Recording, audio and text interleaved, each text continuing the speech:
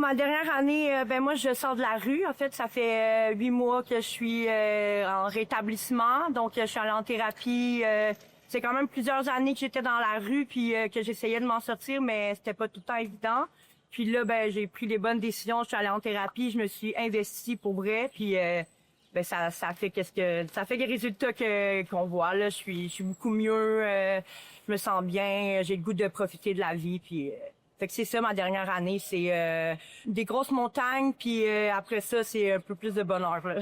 Quand que tu te rends vraiment à que t'as plus rien à perdre. Comme moi j'ai perdu mes enfants. Bon, peut-être que je vais les revoir un jour, mais tu sais, j'ai perdu mes enfants. Ma famille m'avait délaissé parce que moi, je prenais pas soin de moi et tout ça. Fait que ça fait que t'es vraiment tout seul. Mais je pense qu'il faut aller chercher justement ce qu'on a besoin, puis arrêter d'avoir honte de ça, là. Ça peut arriver à tout le monde, comme tu l'as dit. Fait que c'est vraiment, il faut prendre les ressources qu'on a autour de nous. Il faut donner aussi la volonté puis l'énergie qu'on a besoin pour faire ça. J'ai pas une si mauvaise enfance, j'ai pas une mauvaise famille aucunement là, tu sais, j'ai des parents qui ont eu des problèmes eux aussi, tout le monde en a, tout le monde a des épreuves là, puis je pense qu'on n'a pas pire qu'un autre là.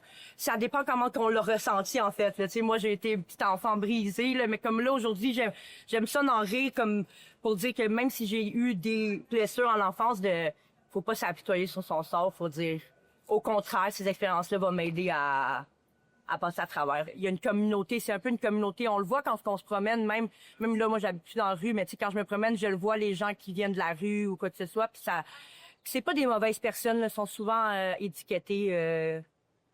C'est plate pour eux, parce que si on enlèverait cette étiquette-là, puis on essaierait d'en mettre une nouvelle, peut-être ça l'aiderait à s'améliorer. Comme moi, j'ai enlevé mon étiquette de toxicomane, puis j'ai dit, OK, j'ai mon étiquette de maman que je peux mettre, j'ai mon étiquette de femme, c'est épanouie, là, et tout ça, là.